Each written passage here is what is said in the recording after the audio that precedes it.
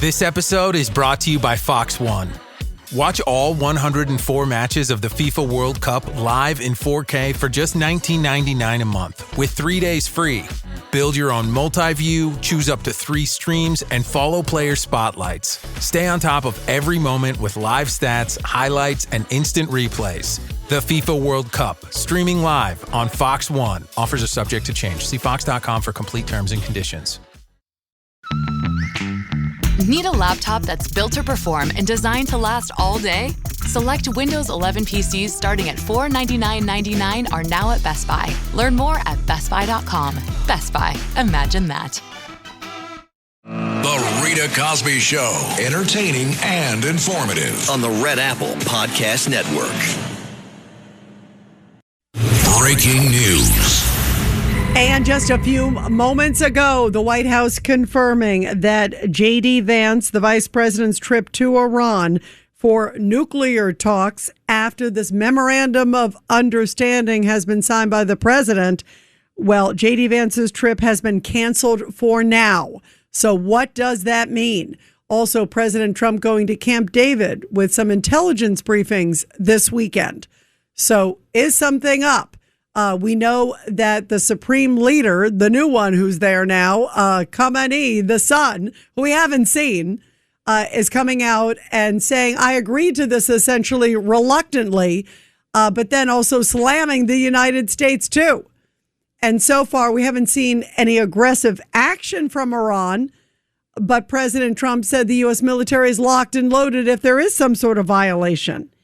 So this is going to be a very bumpy ride, but I commend President Trump for at least taking the journey. And another American president has not done that. No other American president sent the B-2 bombers in last June. No other American president did the pounding that this president has done over the last few months. So I give him a lot of credit for that. And here is JD Vance today at the White House briefing saying that the threat from Iran is essentially gone. Take a listen. The nuclear weapons program is destroyed. It is gone.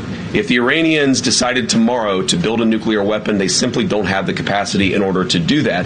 What we're trying to ensure is they don't rebuild that capacity, not just a year from now, 2 years from now, but many, many years from now, so that our children never have to worry about a state sponsor of terrorism having a nuclear weapon. And I believe that's why President Trump did this. He absolutely has always said that Iran cannot have a nuclear weapon, that he will do everything in his power. And then he also said if he hadn't done those B-2 bombers, remember last June, that they were literally like 2 or 3 weeks away from a nuclear weapon. Can you imagine, again, if it was President Biden or President Kamala Harris dealing at this point? They would have said, don't. Remember? That was Biden's line to Russia. Don't. And then, of course, Russia went into Ukraine. He's been very effective, Joe Biden, in foreign policy in the past. And here is JD Vance today explaining the difference, guys. And this is interesting. The difference between the Obama deal and what he says is the Trump deal. And he says they are widely different. Take a listen. The Gulf Coast Coalition loves this deal because they think that it makes Iran weaker. They hated the Obama deal because they thought that it made Iran stronger. They know more about this, and they have more to lose than anybody, including the United States of America, so I trust their judgment. The second thing is where the deal came from. You have to remember, in 2015, Iran had built a sophisticated nuclear weapons program with a nuclear weapons stockpile. So the perspective that we came at as the United States was, you already have a really nice nuclear program. We're going to bribe you with American money in order to stop it. Our perspective and where we're coming at it is we already destroyed your nuclear program. And so if you promise and show verifiable pathways to not rebuild it, then we're willing to give you some sanctions relief and things like that. So it's a fundamentally different perspective. Now, there are all these substantive differences as well. The Obama nuclear deal allowed enrichment. Ours will not. The Obama deal allowed the accumulation of stockpiled weapons-grade material. Ours is actually leading to the destruction of that stockpile of enriched material. So there are many differences. The Obama deal gave them over $1 billion of American money. This deal gives them $0 of American money. So a lot of substantive differences, but I think the most important differences are where we're coming at it from a position of strength and the fact that our Gulf Coast partners love this deal. And they also know that President Trump will go back in. Any violation, he will go back in. And yet the Democrats are clearly seizing on this opportunity. Take a listen to New Jersey Senator Cory Booker. Go ahead, my friend. Behind the curtain, just have we accomplished anything with this Iran deal? The president, back in February when he started, said his goal was unconditional surrender. I just did not realize that the unconditional surrender he was talking about was America's. He's betrayed the American people. He's made us less safe. He's empowered Iran. We don't get $300 billion for a reconstruction fund in the United States of America. We're out over $70 billion in terms of what we've paid for this war. We have people here collectively in gas prices. We've paid billions and billions of dollars. We are a country now that's suffering through a terrible economy as a result of this war and the clogging and the closing of the Strait of Hormuz. This is an unmitigated disaster. He has surrendered all the principles and ideals he said that were the justification of an unjust war. So this is one of the most colossal American presidential failures we've seen in our lifetime. It could have been worse, though. You know what I mean? Like, he did eventually, What did he achieve? Well, sincerely, what did he achieve? Well, I mean, it looks like America and Israel's relationship is fractured. You're telling me that we went to war, lost 14 American lives, hundreds injured, tens of billions of dollars in taxpayer money, a crashed economy, and you're saying that this was, that makes no sense to me. This is an unmitigated disaster. There are no wins in this. There are no accomplishments. The Strait of Hormuz isn't even open yet for full traffic, and that was open before the war started. There's no way to look at this to say that in any way the situation in the Middle East is better off or the situation for the United States. Thank you, John. A quick World Cup question, if you don't mind. I do mind. I got to go. Sorry. Okay. Who are you rooting for? USA. Well, at least we know he's rooting for USA. We'll take that. That's a good thing, at least. But the rest of it, to say this is a colossal mistake, that's an absolutely preposterous comment. And you think about, as you just heard from JD Vance, what a nice, stark difference it is between Obama's plan, where they allowed enrichment, they allowed everything. They didn't have anytime, anywhere inspections, SNAP inspections. They basically gave a pathway to nuclear development. And yet President Trump decimated them and then said you cannot do anything at this point. You cannot grow your nuclear program. So there's a lot of issues here that obviously still need to be hammered out, but it is a very different position of strength. I don't think it's perfect. I don't like any money going to Iran. I also want to know about the checks and balances because that's obviously pivotal too. So there are a lot of questions here, but it is night and day from the Obama plan. And meantime, speaking of criticism, boy, the Democratic Socialists of America, they keep taking swipes at President Trump. They are also taking swipes within their own party. There's a big rally tonight in Brooklyn, New York, and it had Bernie Sanders, and of course it had Zoran Mondani and a number of others. And they are out there campaigning because next Tuesday is a big primary for New York. There's a whole bunch of different races, as we always have every week, but next Tuesday in New York, you've got Darlisa Chevalier. She is in New York 13. You've got Claire Valdez in New York 7. And you've got Brad Lander going for New York District 10. And all of them are Democratic Socialists. All of them are bashing Israel, saying no military aid to Israel. Let's abolish ICE, housing for all, tax the wealthy. The list goes on and on. And here is Zoran Mondani with his own Israel bashing just a few hours ago. This is cut number 46. And he was at the rally with Bernie Sanders and a whole bunch of others. And he said, the best is yet to come. Boy, oh boy, if this is the best, we're in big time trouble. And we need that because, as Gramsci once wrote, the old world is dying and the new world struggles to be born. Now is the time of monsters. These monsters take many forms today.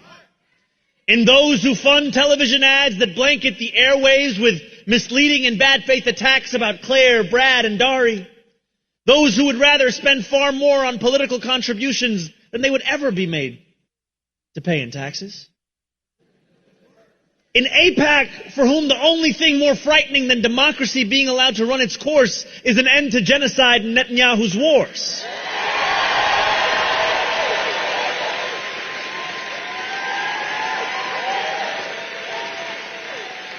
They move millions in dark money to accomplish a single goal, to preserve their power so that they can turn us against one another, instead of our leaders turning towards the moral change we all know to be necessary. In a politics that for too long has asked working people to lower their expectations, to settle for less, to become satisfied with small victories while our wages grow even smaller and our costs grow even larger. To resign ourselves to resignation, to accept the unacceptable. In the wealthiest city, in the wealthiest country in the history of the world, we need not live in fear of monsters any longer.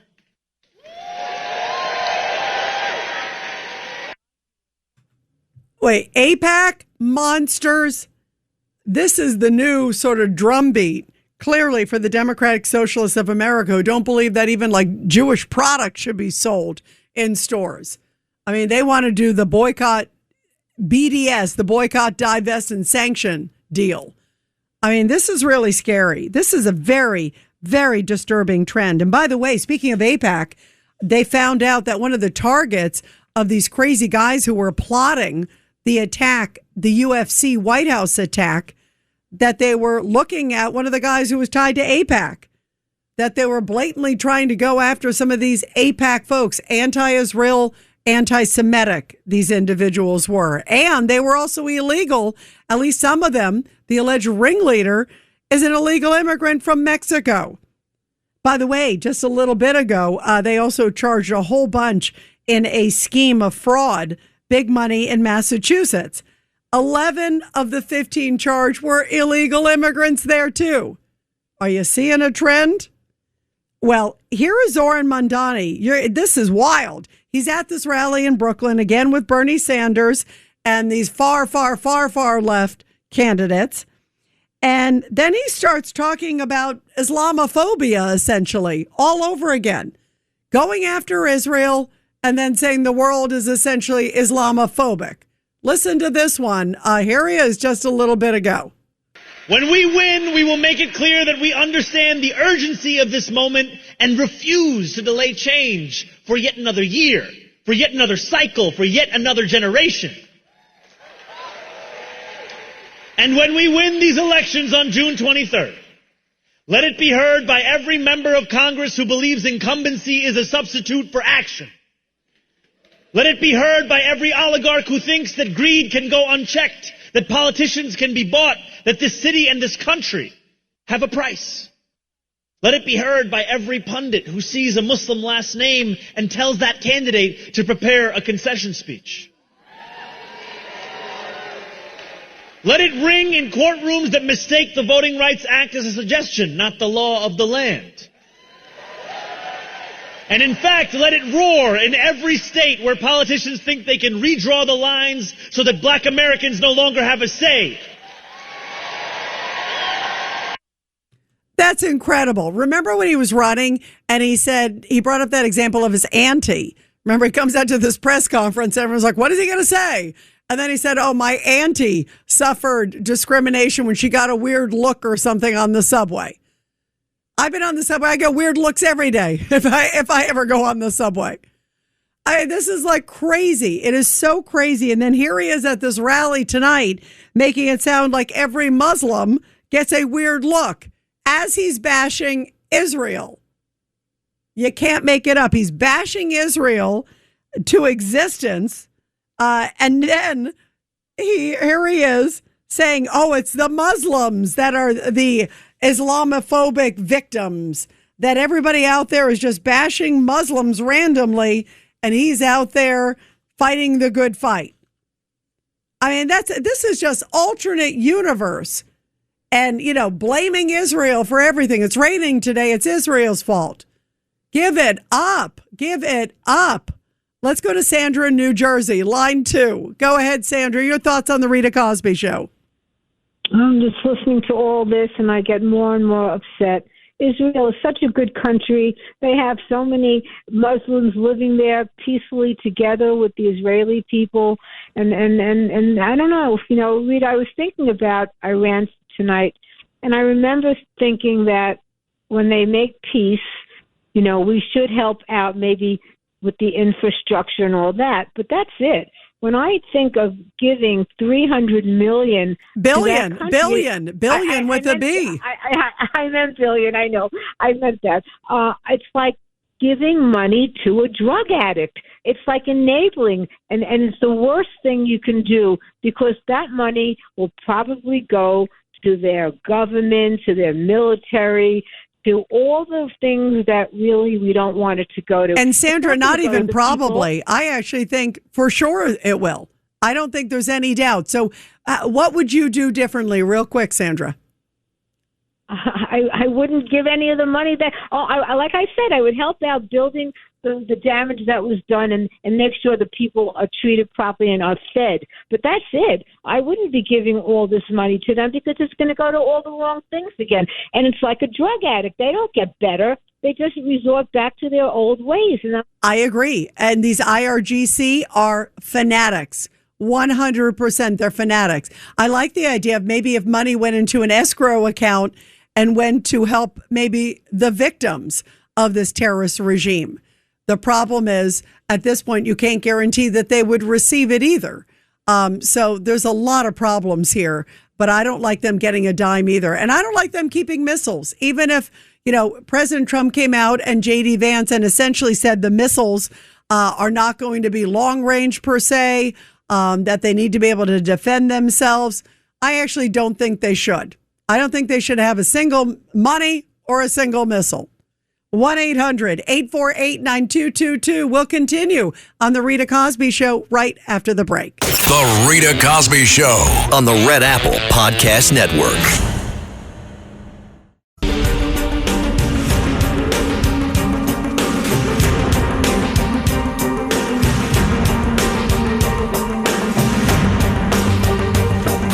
This is the Rita Cosby Show.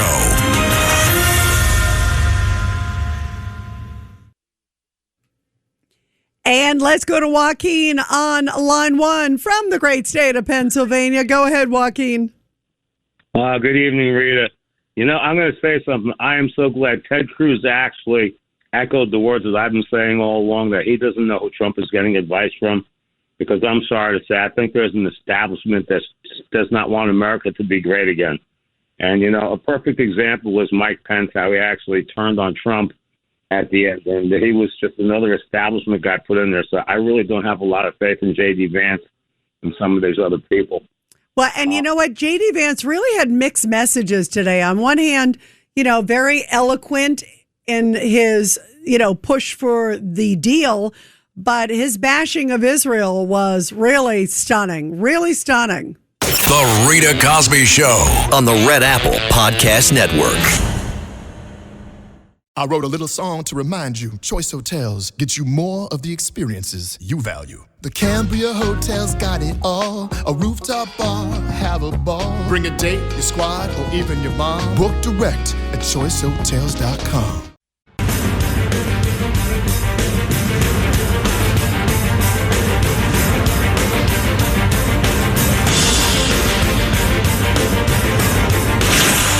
Rita Cosby is on.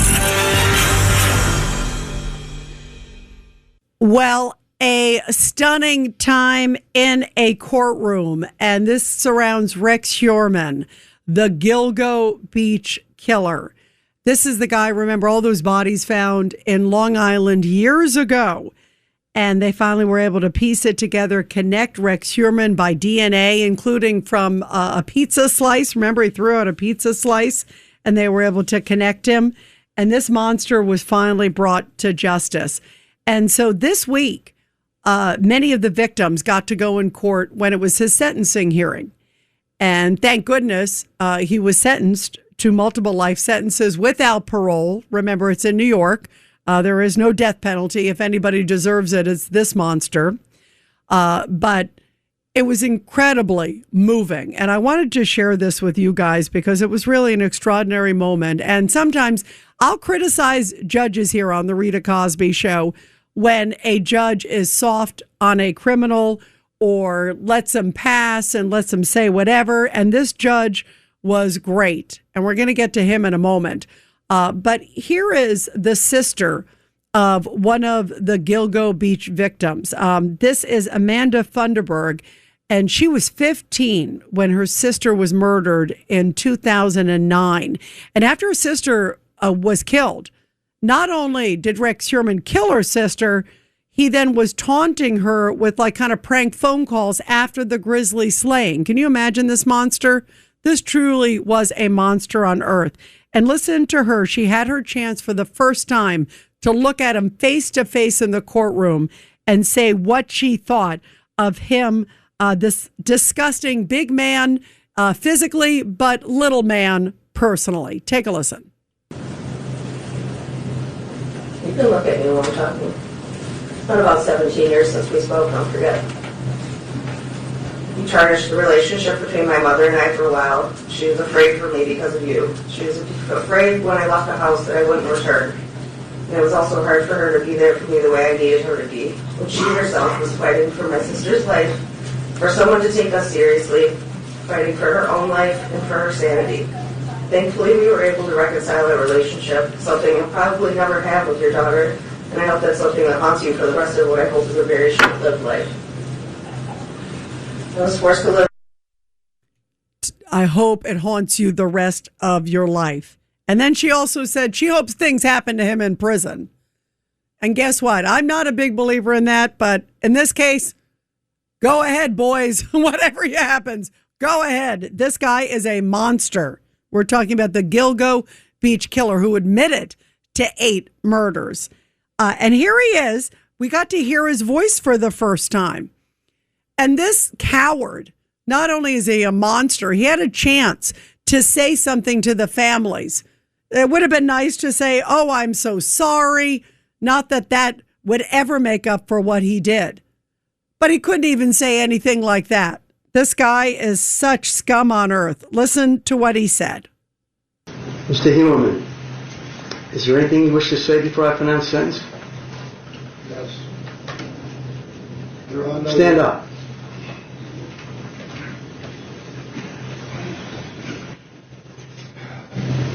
There are no words I can say. I am responsible for what was said in this room today.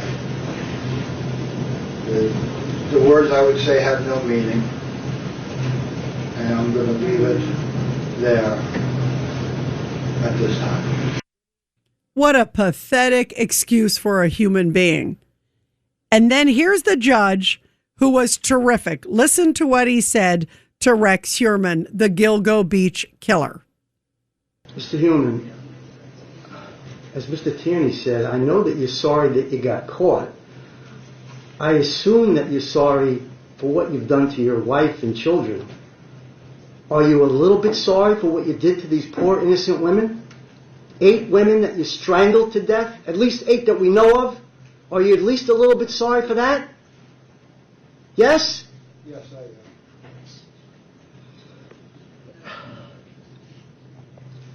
You know what? You've been described as a very big man. But you're a disgusting and despicable small man, if you're a man at all. And you're a coward. How great is that judge? Bravo to that judge. And then here he is reading off the sentences, and listen to the last words he said to this monster. Take a listen. With respect to count 7, murder in the 2nd degree, it's the sentence of the court that you serve an indeterminate term of imprisonment with a minimum of 25 years and a maximum of your life.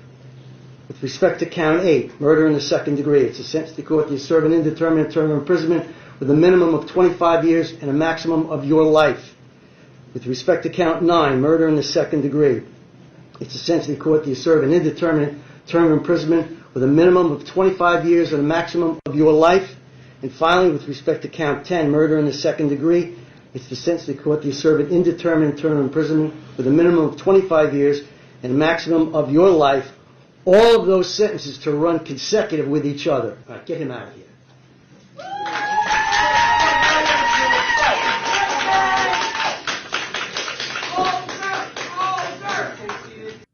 How great is that? Get that scum out of here. Calls him a despicable little man. And the best that this monster could do is say, yeah, I'm sorry. Yeah, I'm sorry. Thank goodness. I'm glad that this judge took it to Rex Heuermann.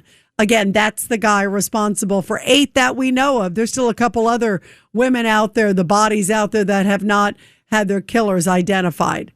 So let's hope maybe we find out more. I hope in prison he has a very, very difficult time. Let's just put it that way. 1-800-848-9222. 1-800-848-9222.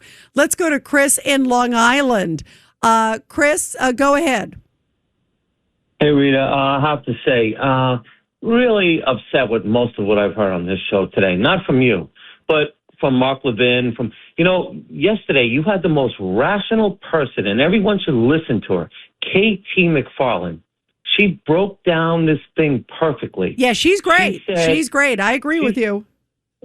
She's the best. So I wish, the guy from Brooklyn or whatever, the people that are screaming about Trump and Mark Levin, listen to what KT McFarland said. She makes so much sense. She said, regime change never works. In the history of man, when was the last time somebody went in and with a specific purpose of doing a regime change? How about Trump in Venezuela? He did regime change. Right, Maduro. There you go. That's the one time it did.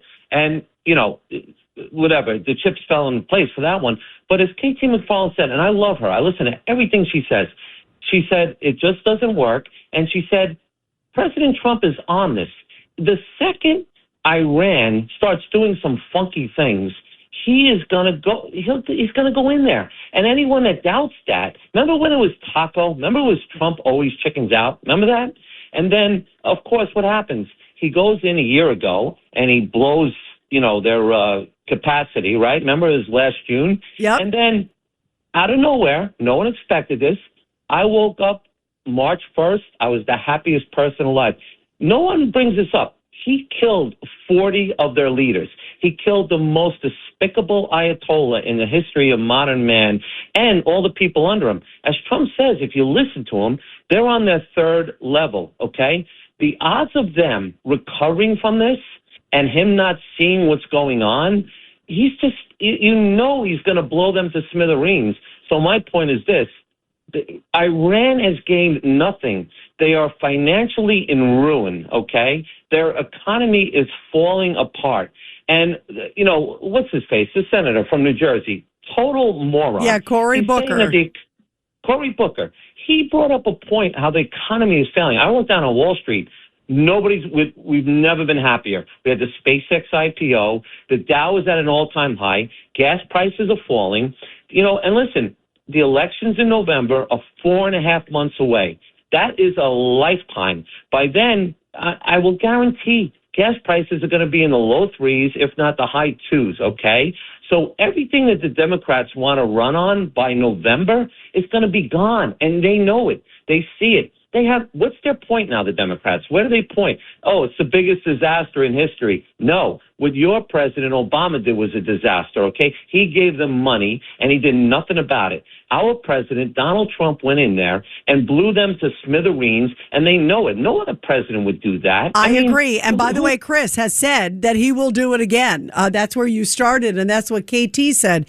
And KT said, look, it's not perfect, but she said this is, leaps and bounds. I mean, it really is. The other was sort of a path to nuclear development under Barack Obama.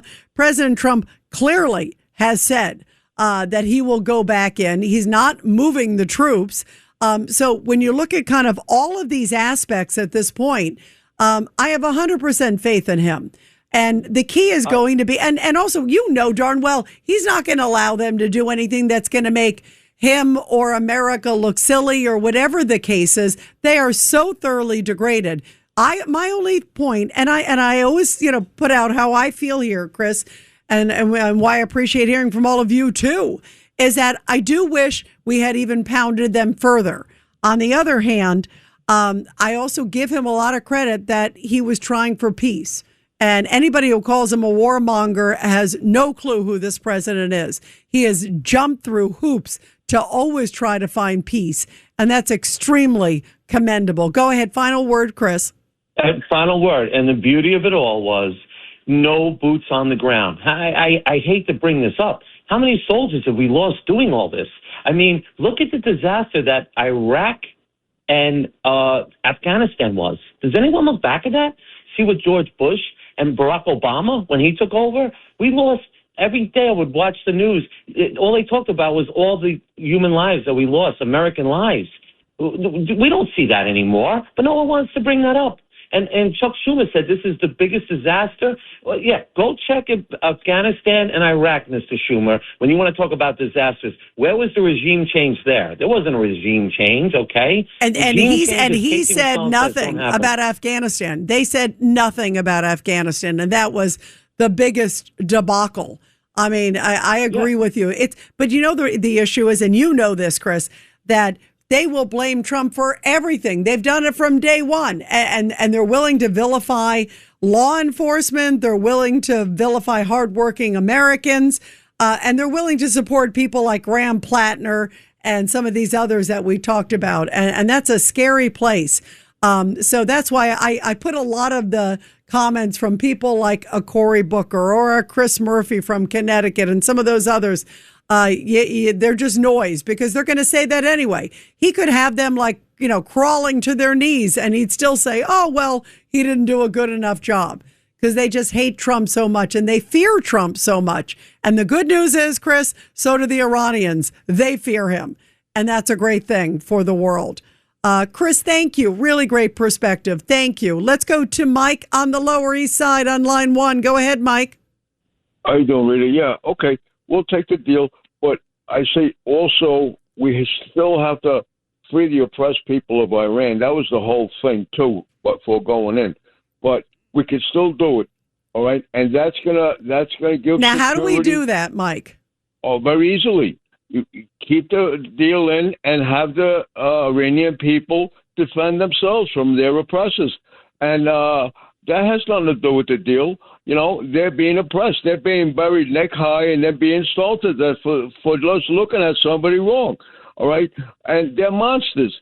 Okay? So we can still do that. We can have, even Israel can play a role in that.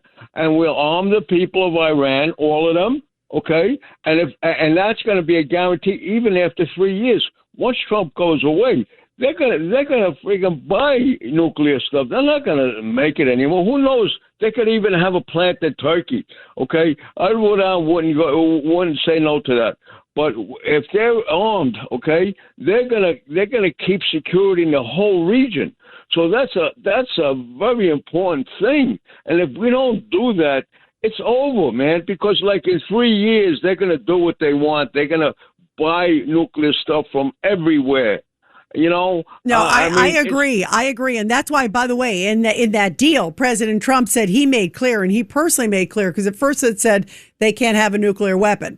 And then he's the one who he said, I added the phrase, he said, procure, buy, this, that, because he knew they would take a whole bunch of different levels and try to find a way to get it. But that's a great point. And I really worry about that too, Mike. I worry about who's next. Who's going to be the next person in the White House? I do trust that President Trump, up and down, he will definitely be, watching things. He'll be monitoring things. He will go in if needed.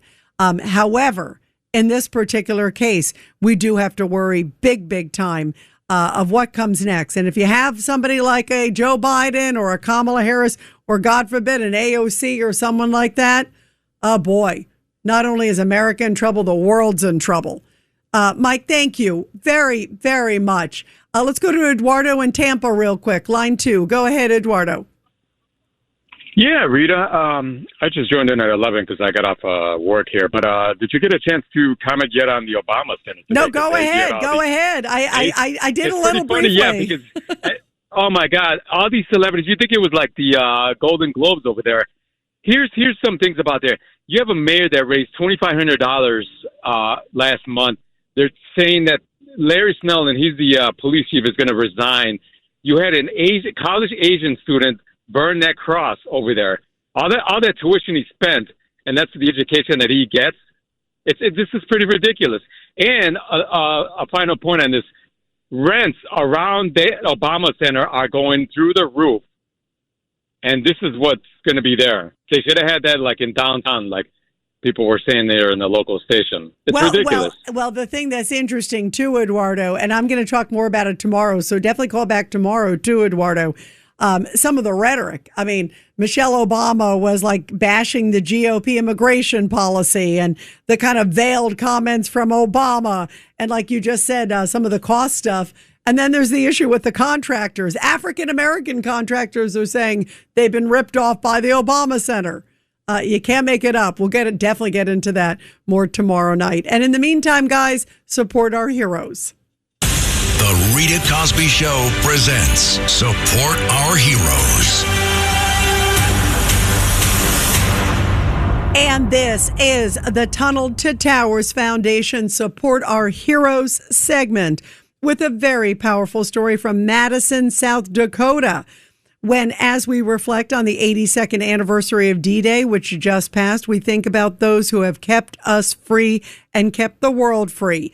And just recently, Marine Corps veteran Arthur Mouth, who served the country during World War II, well, he was honored in a big way, celebrating his 100th birthday, celebrated with family, friends, veterans, and also community leaders. During it, the Republican Senator Casey Crabtree said, let's all stand up and let's honor the greatest generation that put themselves and service for others above themselves. It's a great example to this generation and the next generation of how we should live our lives and what built our country and what built our great state. And how beautiful to see this veteran honored in such a beautiful way. And by the way, tomorrow night, I'm going to talk about my buddy, 106-year-old Charles Mills. Charles Mills turned 106 today. And he's sharp as a tack. He's a merchant marine. And Charles and I were there on Capitol Hill when the Congressional Gold Medal was honored to the merchant mariners, which they so well deserve. So we'll talk about Charles tomorrow. Happy birthday, great Charles Mills. And everybody, all it takes is just $11 a month to make a huge difference. Donate $11 a month to the great Tunnel to Towers Foundation. Be sure to check them out at T2T.org. They're the best organization out there. T2T.org. The Rita Cosby Show on the Red Apple Podcast Network. Faraday presenta Ojos con Alergia y Picazón contra el jardinero. Y el ganador es Faraday Extra Fuerte. Para aliviar la picazón de los ojos por alergia, actúa más rápido y supera a Claritin y Flonase aún a las 24 horas. Faraday, adelante.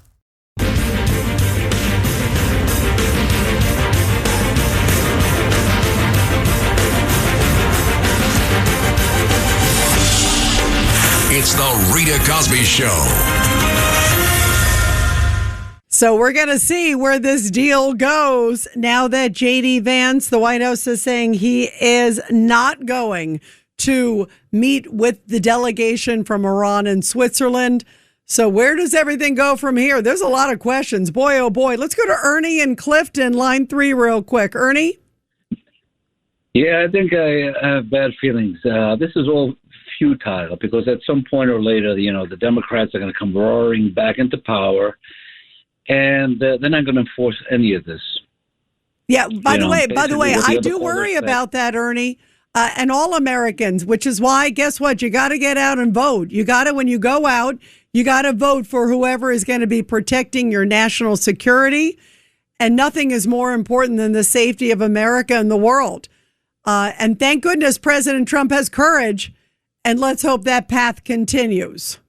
Thanks for listening to The Rita Cosby Show. You can hear The Rita Cosby Show weeknights at 10 on 77 WABC. If you like the podcast, share it with your friends and listen anytime at WABCRadio.com and download the WABC Radio app. Hit that subscribe button on all major podcast platforms. Plus, follow WABC on social on Instagram, TikTok, Facebook, and X. See you next time for a new episode so you never have to wonder. What the heck is going on here?